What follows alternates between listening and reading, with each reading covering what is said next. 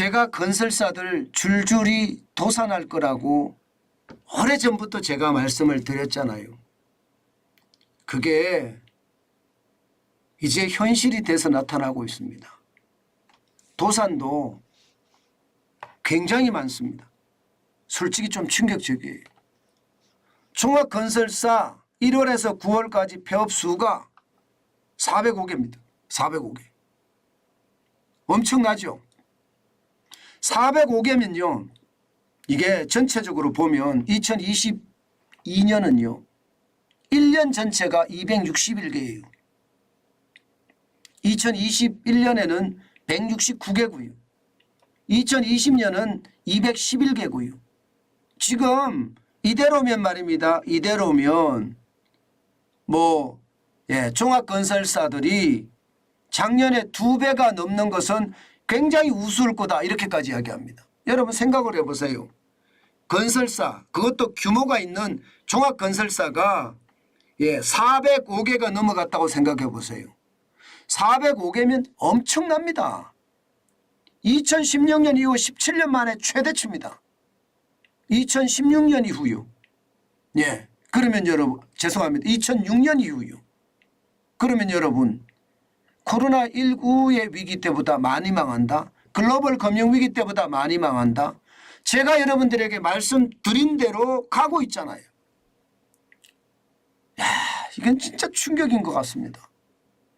제가 뭐라고 설명을 못하겠습니다. 워낙 많은 건설사들이 줄줄이 망하니까 말입니다. 게다가 이 전문건설업체까지 합치면요. 8월 현재 1569개예요. 8월 현재. 이게 405개에서 빼야 되겠죠.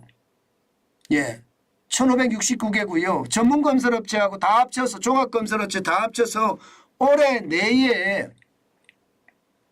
폐업할 수 있는 건설사는요. 지금 이대로라면요. 3,000개가 넘어선다는 이야기가 나와요. 3,000개? 아니 기업이 3,000개가 생겨도 이게 나라 경제가 좋아질지 말지인데 3,000개의 기업이 사라진다?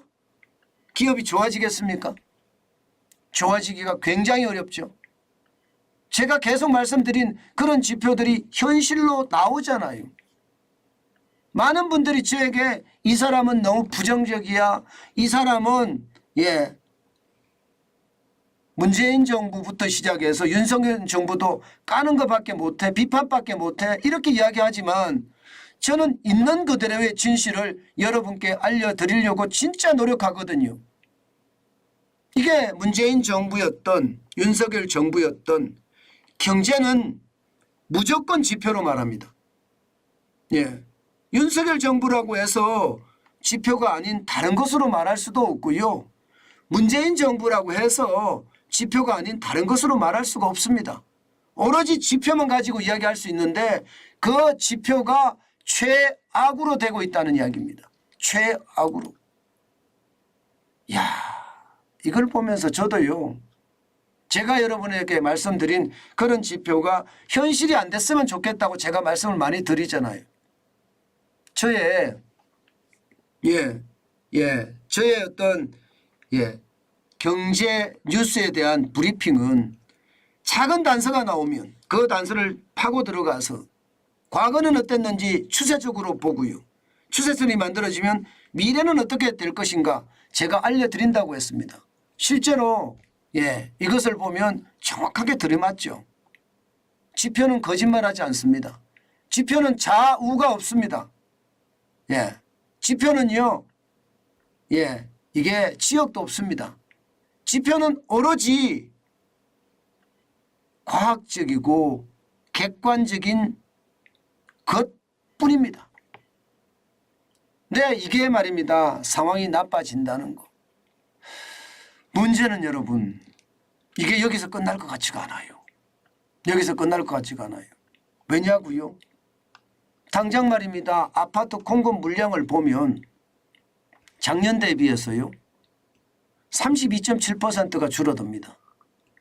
작년에는 39만 1,460가구였거든요. 올해는 26만 3,486가구입니다. 그러면 여러분 무려 12만 7,974가구가 준다는 이야기잖아요. 이렇게 되면 건설사들이 줄줄이 망할 수밖에 없어요. 예. 이게 2023년만 이렇게 줄어들면 다행인데요. 2024년 내년에는요. 지금 아파트 공급 물량이 최악이라는 이야기도 나와요. 최악. 그만큼 말입니다. 이게 코로나19가 닥치고 건자재 가격이 올라가고 인건비가 올라갔기 때문에 건설사들이 착공을 안 한다는 착공을 안 한다. 인허가만 받아놓고도 안 한다. 인허가 자체도 적고요. 착공은 더 적고요. 이러면 물량이 최악이 될 수밖에 없거든요. 최악이 되면 말입니다. 건설사들은 더 빨리 더 많이 망할 수밖에 없는 게 현실이 됩니다. 진짜 안타깝죠. 이게 미래지표도 나오는 거예요. 이렇게 말입니다. 미래지표도. 더 큰 문제는 이게 금리가 안 떨어져요. 지금 기업 대출 금리가 8월 현재 5.21%거든요. 이게 2020년 3월만 하더라도 2.94%. 예. 지금 12월에는 2.73%입니다. 지금은 5.21%.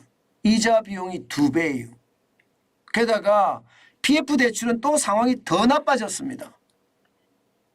예. PF 대출이라는 게 부동산 프로젝트 파이낸싱 대출이잖아요.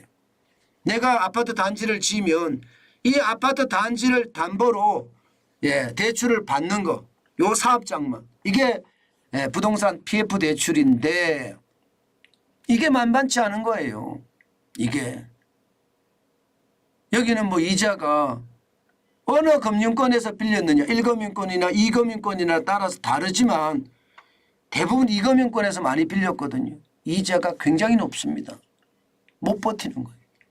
못 버티는 거예요. 그나마 말입니다. 미분양이라도 줄어들면 다행인데 미분양도 안 줄어듭니다. 미분양도. 그래서 말입니다.